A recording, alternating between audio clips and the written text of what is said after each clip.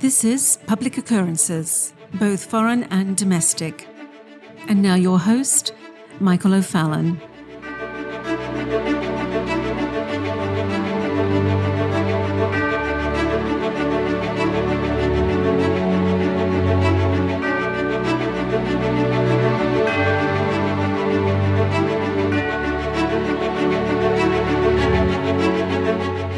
We are being transitioned from a physical, analog, real, and objective world, and into a hyper-real, digital, fake, and subjective world. A world where anything and everything that claims to be real is nothing more than a simulacra of the real thing. A simulation of the real in appearance, in claims of beliefs and intentions that are the polar opposite of what they claim to be. Over the course of the past 5 years at Sovereign Nations, I have tried to warn about many things that were to be coming for all of us. I was the first to warn about the coming ideological attack from critical race theory and intersectionality back in 2017. I even warned the White House and our current Florida governor about the coming of CRT and how this was an attempt to create an oppressor narrative out of ethnicity. I was the first to warn about the coming threats to cognitive liberty in 2017. I was the first to warn in 2017 that there was a coming cultural revolution in the United States of America. In 2017, I warned everyone about the threats from the World Economic Forum and their public-private partnership with the United Nations. I warned in 2017 that our churches were going to be transitioned from the gospel of grace to the gospel of vengeance, to a church infused with critical race theory and intersectionality, the tools of the coming cultural revolution. And that, in many ways in 2019, we had already started down the path of a nonviolent color revolution, Oatport style. I was the first person to warn of the Great Reset publicly, beginning in 2018 and continuing through 2020, long before anyone else was writing books and not understanding fully what was actually happening to us at the time. I warned of the global brain in 2020. I warned of the coming threat of China. I warned of the subjective and tactical nature of public health. In March of 2020, I warned that the health crisis that was now apparent was reflexive in nature, and that it would be used to catapult Western civilization into an algorithmic technocracy. I warned in April of 2020 that the next step in what was happening to all of us would be the introduction of the religion of climate change. I warned and explained what would happen to the presidential election in 2020.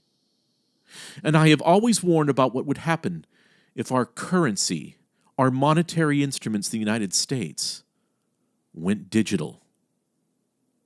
I also have warned about another deceptive threat, and have explained that if you want to have a progressive, liberty-stealing, counter-hegemonic revolution in your nation, the best way to accomplish it is to elect fake conservatives, those that claim to be Republicans who are deceptive wolves in sheep's clothing.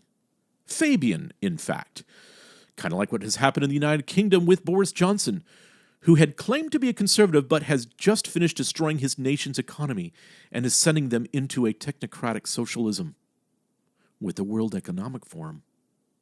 I have all the receipts. Ladies and gentlemen, especially those that are new to listening to this program, I have a track record of explaining what is really going on in the world. I am quoted extensively. I have explained for the past 6 years what is happening and what would be happening in our lives, in our faiths, and in our nations. And I haven't been wrong. So for those of you who are new to the show that are just now catching up to our combined audience of over 2.5 million from our podcasts, presentations, and debates, I tell the truth, even when the truth contradicts all the reflexive propaganda around you. And if you live in the Tampa Bay region, particularly in Pinellas County, the most densely populated county in Florida, you have been bombarded with reflexive propaganda, slimy, grotesque, untruthful propaganda, like the kind you would see from Democrats against Republicans. And you might want to think about that for a moment. Now, most of my listeners know that I have been moderating debates for 23 years, philanthropically. It is what I have done since 1999. You see, I put debates together between Christians and Muslims, Republicans, progressives, and all sorts of other polemic discussions through the years. And in every case, I have insisted on the debates being free of ad hominem argumentation. I want the thesis or the topics to be debated and discussed, and not some personal slime campaign. So when I was asked to moderate and run the debate for the District 13 Republican primary this past April, I said, sure, I'm in, as long as this would be free from ad hominem. I explained how I'd want the format and began to create the framework for the debate. I also wanted to make sure that, if possible, that I would meet or at least speak to all of the candidates.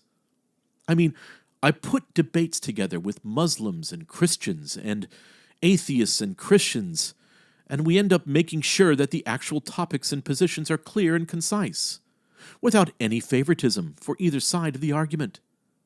Now, as I was preparing for the debate, I had all sorts of people in my ear. And most of these people were telling me that Anna Paulina Luna must be defeated.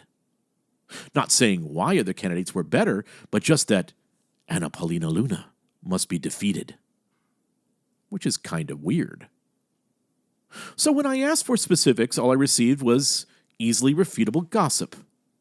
So over the next few months, I had made the time to try and contact the other candidates in the race for the U.S. House of Representatives seat that Charlie Crist would soon be vacating here in Pinellas County. And the other candidates were Amanda Makki, Kevin Hayslett, Audrey Henson, and Quinn. So my wife and I met with Amanda Makki first. And I really like Amanda. She has a compelling story, is very intelligent, and seems to have her head on straight. I even introduced Amanda to some very connected donors when we were at an event together in Washington, D.C. I would actually say that, in total, I have spent more time with Amanda Makki than any of the other candidates. I then met with Anna Paulina Luna, and despite all of the horrible and awful things that mainly Hazlett supporters were telling me, I found Anna Paulina Luna to be intelligent, focused, and with an excellent grasp on most of the major issues that I had been warning people about for the last 6 years. And if Anna wasn't exactly sure about something that I had stated or an ideological problem that I was addressing in our conversation, she would ask to know more. She would research.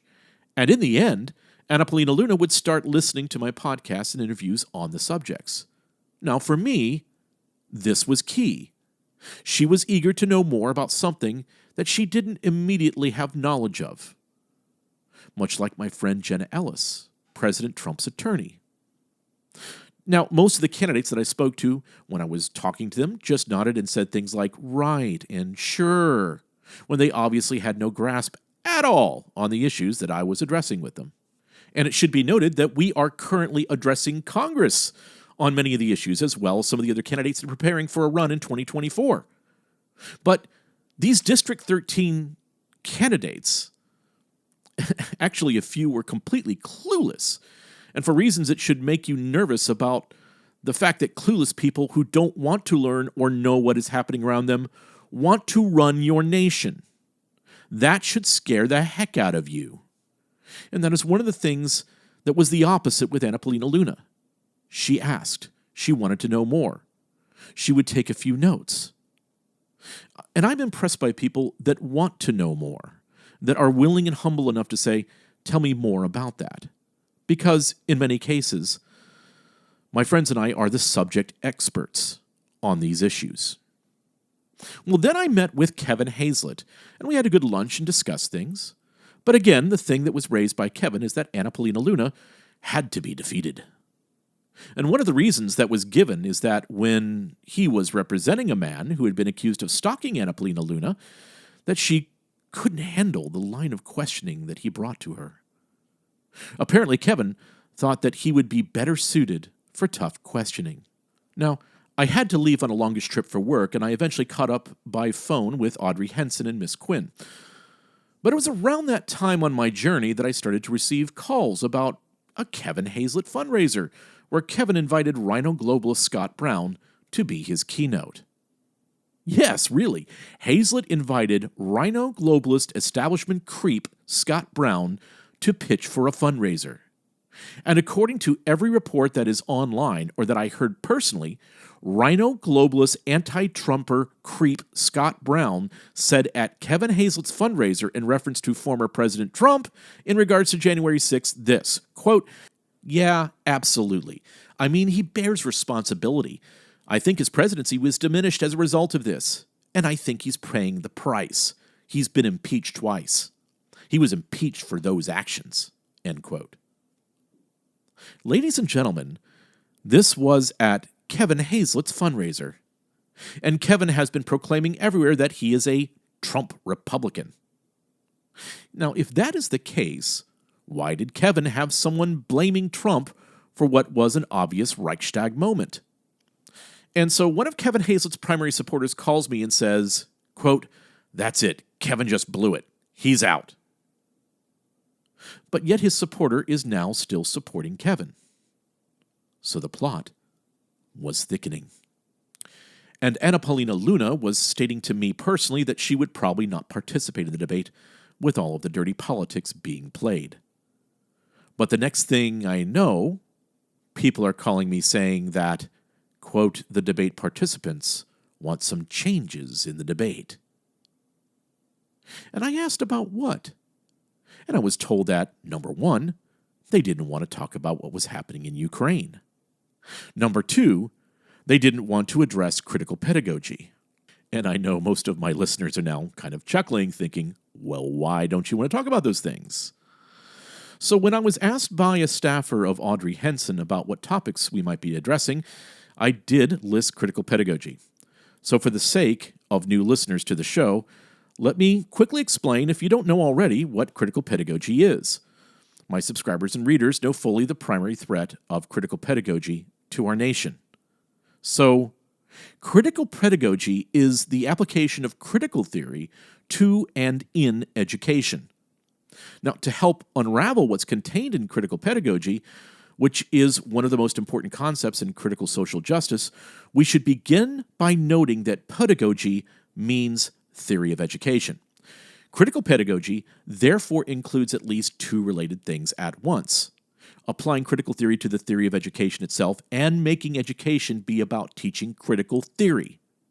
In other words, the way that you would look at things through a lens of critical pedagogy is that no longer could you say that 2 + 2 = 4, because that answer comes from white privilege and from the colonizers. So you can do a roundabout by any other means through a standpoint of epistemology, and you can come up with 2 + 2 = 5.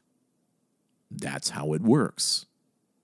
But in the shortest summary, critical pedagogy is a school of thought that is about making education be about instruction in critical theory, in an attempt to make the goal of education be to awaken a critical consciousness in students and teachers.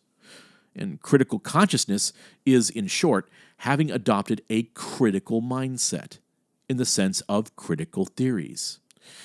It is to have taken on a worldview that sees society in terms of systems of power, privilege, dominance, oppression, and marginalization, and that has taken up an intention to become an activist against these problematics. You problematize everything that you see.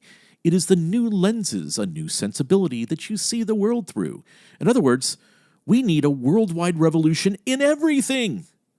And of course, the answers must come from the concepts of folks like Marx, from Foucault, from Derrida, from Marcuse. And to have developed a critical consciousness is to have become aware, in light of this worldview of critical theory, that you are either oppressed or an oppressor, or at least complicit in oppression as a result of your socialization into an oppressive system. To have a critical consciousness, then, is to be aware of, and generally unhappy about, your positionality in society or your relationship to systemic and institutional power as determined by theory and based mostly on facts concerning what demographic groups you are a part of. In other words, you are trained to have grievances about everything. everything is problematized, and everything must change, and change now. It is a Marxist form of education that was finally catechized by Brazilian Marxist Paulo Freire, and it has destroyed education, and it is destroying the church. You see, when a student has adopted a critical consciousness, they are likely to become hypersensitive to issues surrounding race, sex, gender, sexuality, ability status, weight, national origin, and economic class. And they are expected to share this awareness, often by attempting to expose the hidden biases or the unexamined assumptions or inherent contradictions in the system in order to expose its injustices and thus lead to its deconstruction, dismantling, or subversion that will eventually lead to a full-on social revolution.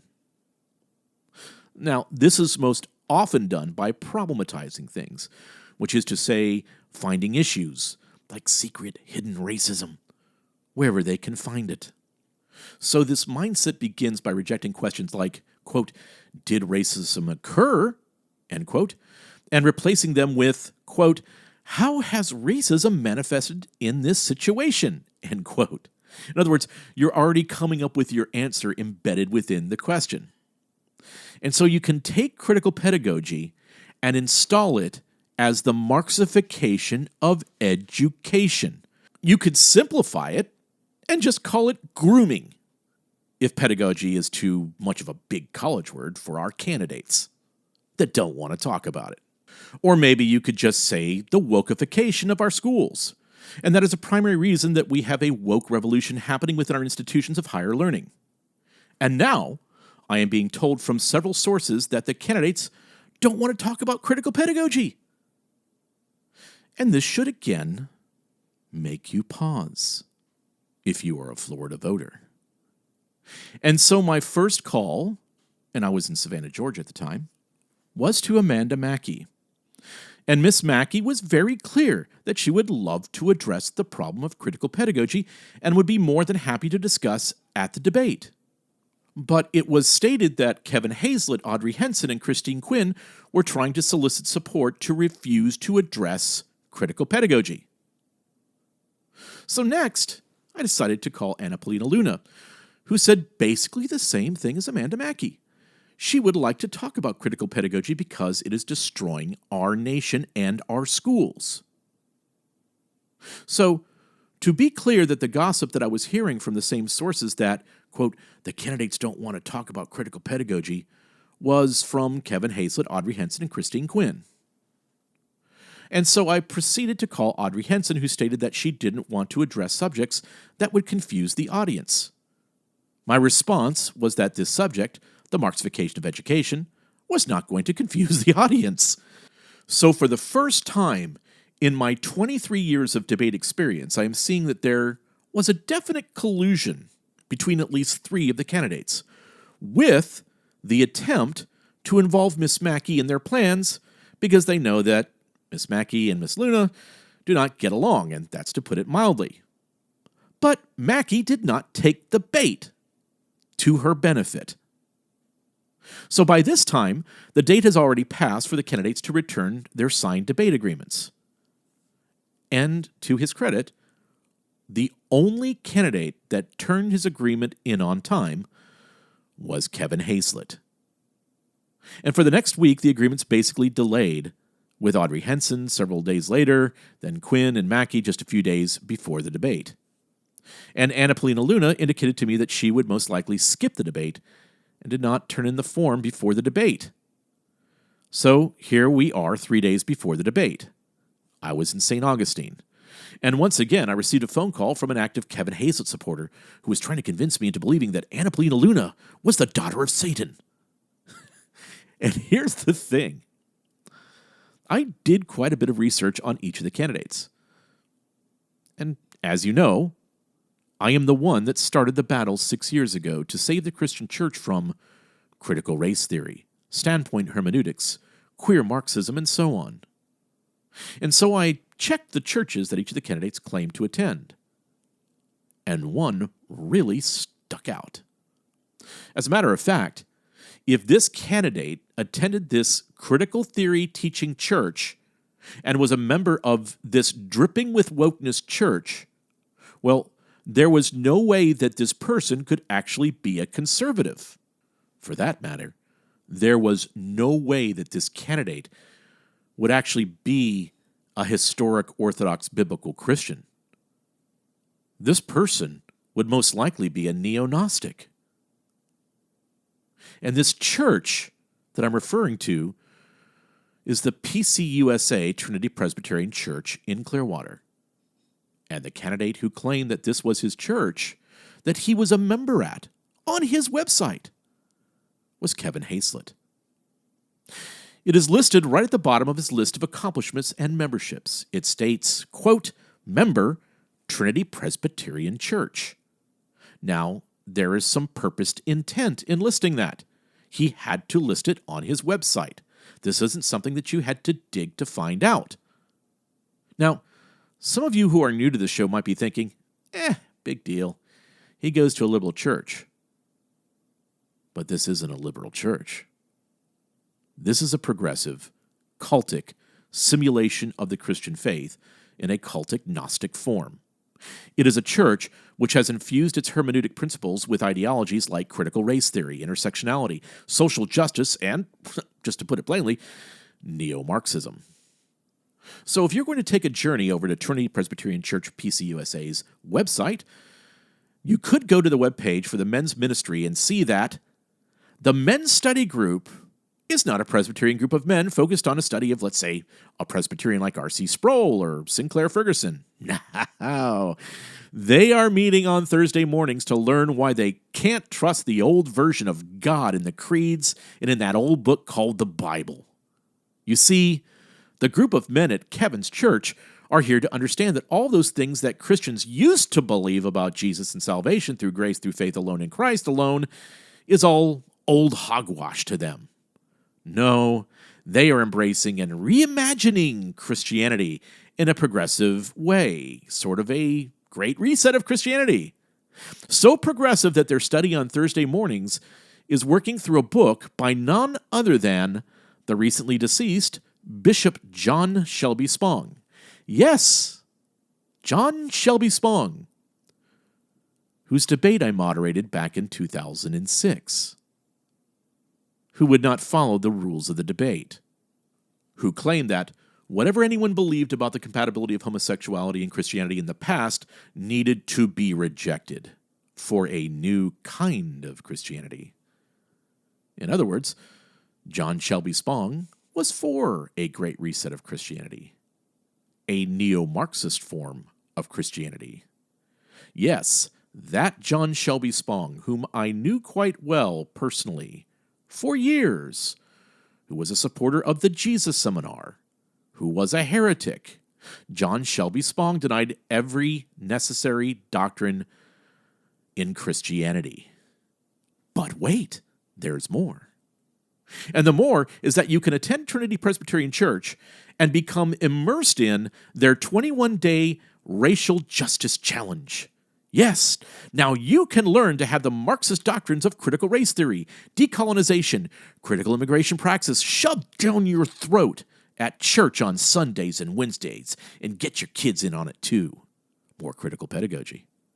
So it isn't just enough that your kids get indoctrinated with Marxism at school. No, you have to make sure that the entire family is involved in disrupting and dismantling both Christianity and the United States of America at the same time. Because that is what they are doing at Trinity Presbyterian Church in Clearwater. And Trinity Presbyterian Church in Clearwater is where Kevin Hayslett claimed on his own website that he was a member.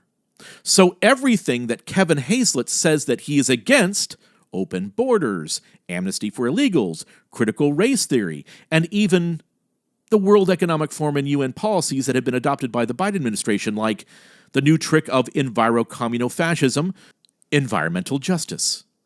Heck, on Trinity Presbyterian Church's own website, they have on their recommended resources Peggy McIntosh's White Privilege, Unpacking the Invisible Knapsack.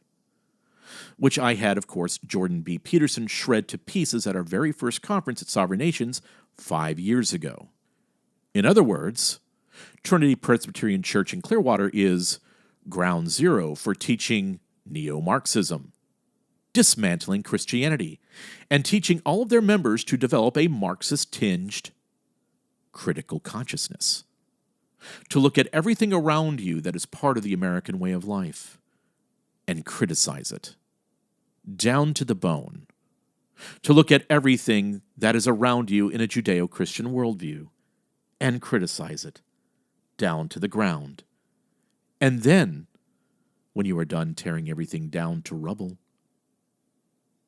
well, then you fill your mind with Hegel, Marx, Gramsci, Horkheimer, Lukács, Marcuse, Derrida, and Foucault, and you build back better.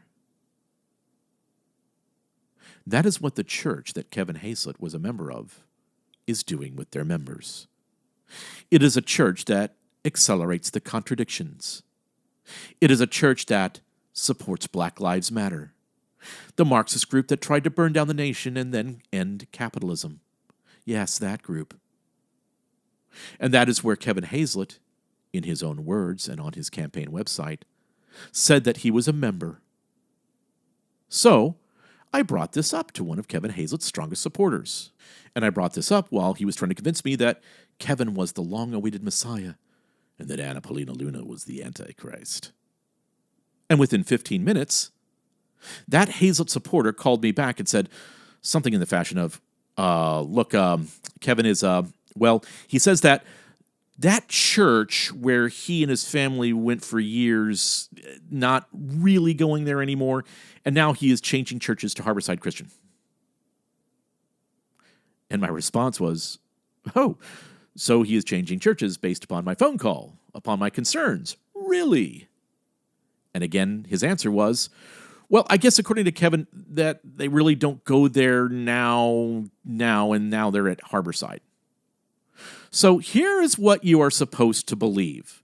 That Kevin Hayslett took the time to put on his campaign website, and I have it listed on the article that accompanies this podcast, that Kevin Hayslett took the time to put on his brief campaign page that he is a member of Trinity Presbyterian Church in Clearwater, a critical race theory infusing, neo-Marxist, everything is racist in America and must be changed now church. And now, well, I really don't go there anymore. In one phone call? Well, what else does Kevin have on his campaign website that he really doesn't believe? Because his membership at Trinity Presbyterian indicates that he doesn't believe anything that he says he believes. But the funniest thing happened. Just a few hours after my phone call with the Hazlett supporter, all of the sudden, Kevin now has Harborside as his church, listed on his website. I mean, he went from identifying himself as a member of a critical race theory pushing, America dismantling, let's deconstruct Jesus Christ and Christianity church to, now I am a soft evangelical, within the span of a few minutes. And that, ladies and gentlemen, is quite telling. And what it says is that this man has absolutely no convictions or principles about what he says he really believes. It tells me that he was willing to renounce what he himself claimed, changed it, and went 180 degrees in the other direction without saying why. In other words, he just changed like a chameleon because it was politically expedient in just a few minutes after one phone call. Now, I would ask you, is that the kind of man that you want representing you in Congress? Do you want a man that will make false claims to defeat his opponent so he can win and take a seat of power, only to turn his back on what he was just saying to get elected? Well, the story doesn't end there. We had the debate. The candidates came, and much to everyone's surprise, including mine, Anna Paulina Luna showed up last minute. And the stage had already been prepped with a podium with her name. and we had the debate. During that debate, which started off civil enough, it immediately turned ad hominem, particularly from Christine Quinn. And of course, it was all directed towards Anna Paulina Luna. Now, this is after the candidates vowed to not descend into ad hominem and cheap shots. And on the other hand, all the negativity was directed towards one person, Anna Paulina Luna. Now, I know that Anna and Amanda don't get along, even though I like the both of them. But that wasn't the dynamic.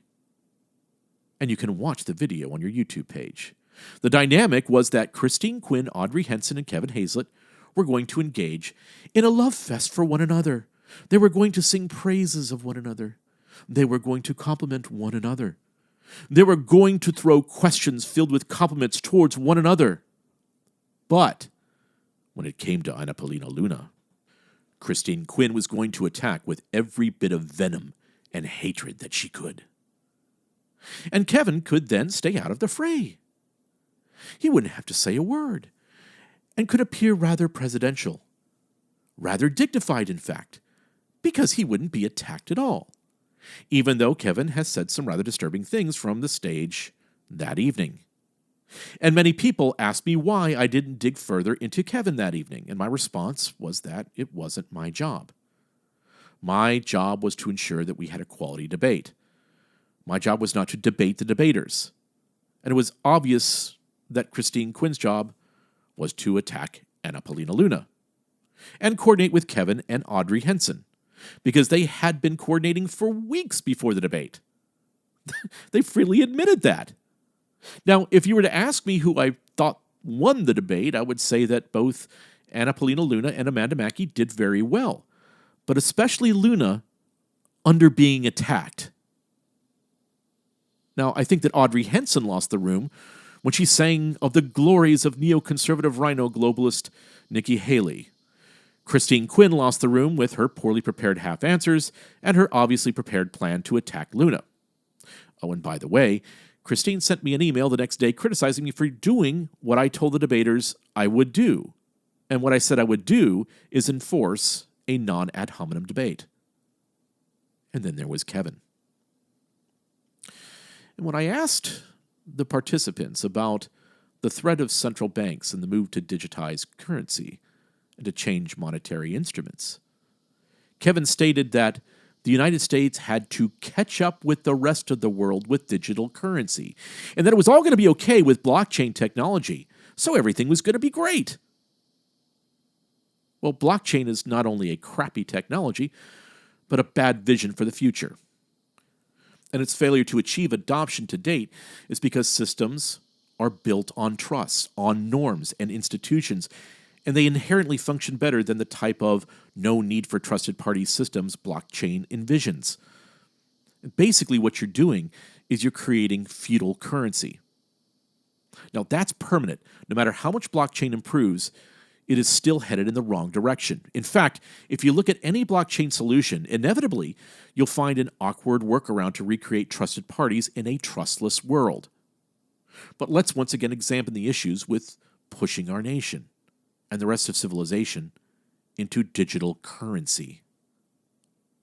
Now, I've spoken about this quite a bit in the past.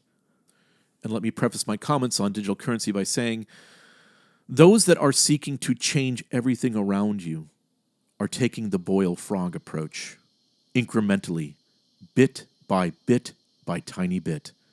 Not all at once, of course, because it is about controlling you. They are softening you up with body blows to freedom every day. They are trying to get you accustomed to totalitarianism, and they won't do it in one fell swoop, because it's disturbing to have a bunch of jackbooted thugs show up at your door overnight. People will begin to take the change seriously and will stand up to that kind of use of force.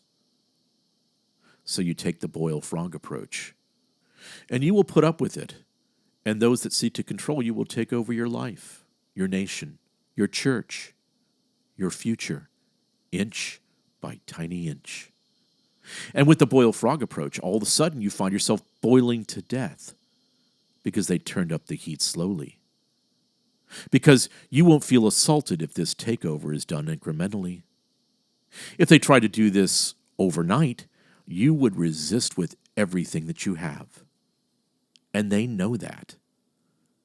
And what they are counting on is that you will be a useful idiot and not push back. Maybe you'll even vote for someone who's pushing digital currency. They are counting you to be a reasonable man, the kind of man that doesn't overreact, the kind of man who won't fight for his family, nation, or church. They are counting on you looking at others who are calling everyone to action and calling them unreasonable, even though you are in the middle of fifth-generational warfare.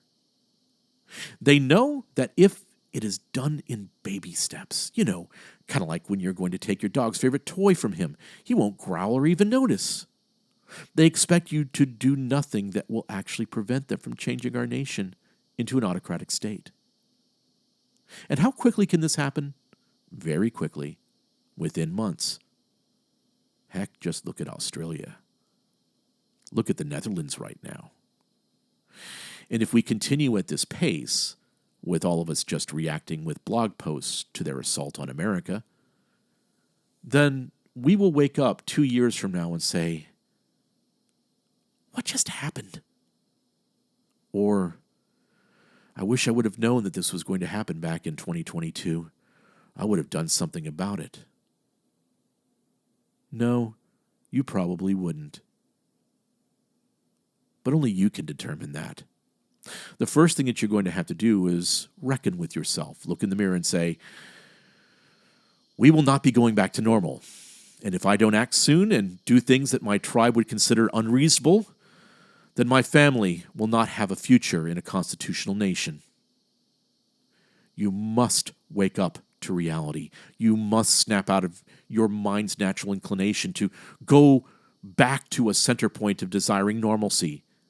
Well, you are going to have to fight for that normalcy. They only want to control you, a descent into control and madness. For example, going back to our original premise, digital currency is now on the horizon. And it will take men in Congress like Kevin Hayslett to push us over the edge. And a digital currency is about three things. If you are taking notes, number one, surveillance, watching every penny that you spend. Number two, control, making sure you don't buy guns or alcohol or take trips where you shouldn't go or to buy foods that you shouldn't buy or maybe that you shouldn't support candidates or churches that they find less than helpful for the revolution. Number three, negative interest rates. The government wants to borrow money endlessly and spend money that they don't have.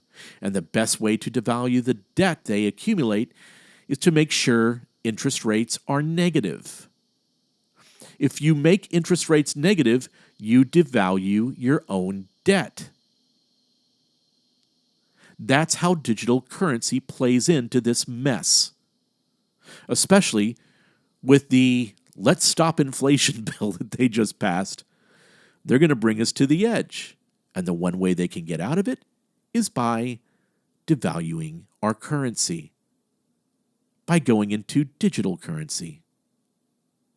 Now, you probably know, although you haven't lived in a society that has done this before, that people don't like negative interest rates. You want to put your money in a bank if it's going to lose value every day? That's what would happen. Well, so what do people do? Well, people take the cash out of the bank and they put it in a safe. Well, what if there was no cash to take out of the bank and it was only digital? And every day the government took more and more from negative interest rates. It would be the easy way to tax everyone if cash is gone. And as you should know, every communist loves negative interest rates, because a technocratic state must have total control, total and complete control over your money, over our money, over your funds. And why is this happening, you might ask? Well, it was clearly stated by Marx and Engels in the Communist Manifesto. Quote, "The communists disdain to conceal their views and aims. They openly declare that their ends can be attained only by the forcible overthrow of all existing social conditions. Let the ruling classes tremble at a communistic revolution. The proletarians have nothing to lose but their chains. They have a world to win." End quote. And they are here to win your world. They conceal their views and aims to lead a revolution. And first, as was just said, that their ends, their goals, can be attained only by the forcible overthrow of all existing social conditions. In other words, everything that is current must be overthrown, and then they can build back better, which is building back in a model that is a globalist, socialist, borderless, constitutionalist, authoritarian, corporatist oligarchy, ruled by algorithm through AI in the Internet of Things. And for this to work, they must control everything, including your currency, including the way that you spend money. There are so many other things happening right now, but I really need for you to take a moment to understand what moment we are in. You are in a hinge moment of history.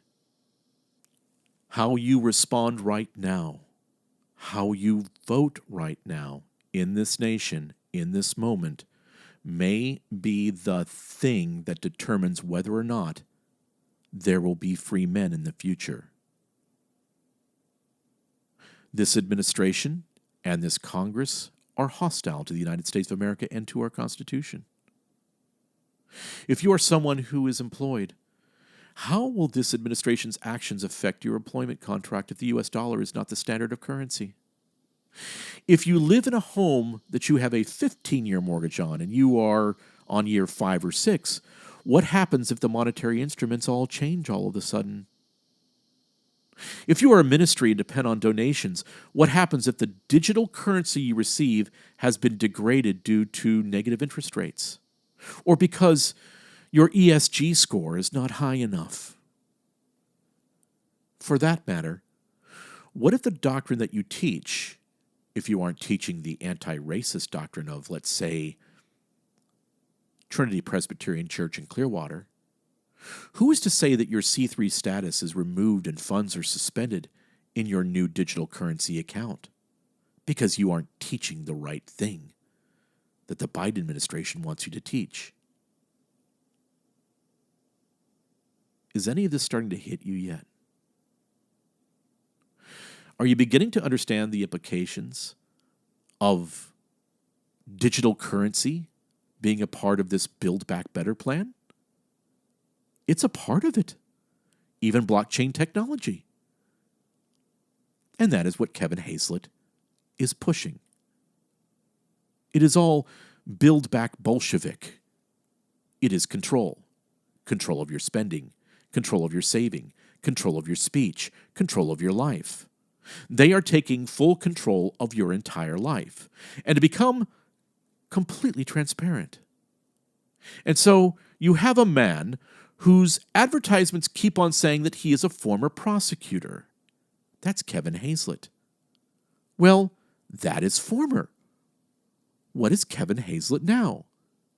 Kevin is now the man you go to if you have been charged with a DUI, if you have been caught with meth, if you are Hunter Biden, if you are Jeffrey Epstein. He is the man you go to in order to get off or to have a reduced sentence. Now, Kevin, after April, is saying that he is a member at Harborside Christian Church. But he had just said, and even put on his website, that he was a member of a progressive deconstructionist church who is pushing amnesty, Black Lives Matter, and critical race theory. In other words, Kevin Hayslett is not trustworthy. Kevin Hayslett is not worthy of your trust.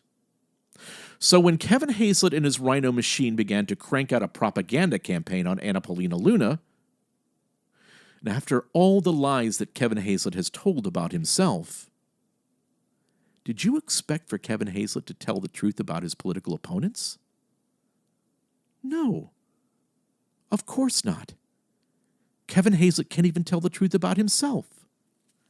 And the slimy, reflexive propaganda campaign that Kevin Hayslett has unleashed on Anna Paulina Luna is enough to make a Democrat blush.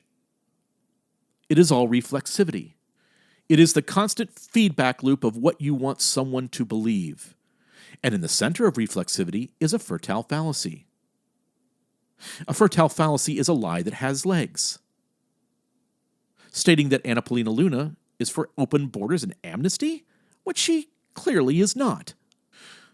And so to keep the lie going, they use redacted, non-contextual clips of what Luna has said in the past. And you never have the opportunity to hear what Luna has really said in context. She is for intensive, strong border security and is against amnesty for illegals. And many of Kevin's financial backers are for open borders. And this is why President Trump has officially endorsed Anna Paulina Luna. And so, Kevin plays another fertile fallacy, another propaganda campaign. So Kevin lies and keeps touting himself as a Trump Republican on all of his signs, on all of his advertisements on TV. Even though everything that Kevin has done or said that Kevin believes is the opposite of what President Trump would believe or do. He even has never Trumpers speaking at his campaign fundraisers. Kevin Hayslett is propaganda.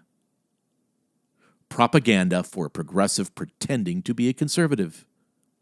And if you buy into Kevin Hayslett's propaganda, you will be stuck with it. You will, if you vote for Kevin Hayslett, put propaganda into action. And by putting it into action, as Jacques Ellul has said, action makes propaganda's effect irreversible. He who acts in obedience to propaganda can never go back. You are now obliged to believe in that propaganda because of your past action. You are obliged to continue to advance in the direction indicated by that propaganda. For action demands more action. And ladies and gentlemen, don't make the mistake and take the action of voting for a man who is a simulation of a conservative. A man completely created by propaganda. A man who is never who he says what he is. And this is why I am going to implore you, if you live in Tampa Bay, to stand with former President Donald Trump. To stand with Donald Trump Jr., to stand with Lauren Boebert, to stand with Marjorie Taylor Greene, and to stand with Michael O'Fallon and support Anna Paulina Luna for Congress in 2022. We cannot allow a man who is as deceitful and dishonest as Kevin Hayslett to represent Pinellas County. We cannot trust that a man who has told lie after lie about himself and his opponents to all of a sudden start telling the truth in Congress. You cannot allow a man who desires to plunge our monetary instruments into digital currencies that will be controlled by a technocratic tyrannical state. You must stand for Anna Paulina Luna. You must vote for Anna Paulina Luna if we are going to take back America. If we are going to challenge the globalists and the propagandists of our age, we must defeat dishonest men like Kevin Hayslett. And we must support honest fighters like Anna Paulina Luna. Today is your day to support freedom and liberty. Today is your day to fight for a cause and to have your voice heard. And on Tuesday, August 23rd, we must win. I'm Michael O'Fallon, and this has been Public Occurrences, both foreign and domestic.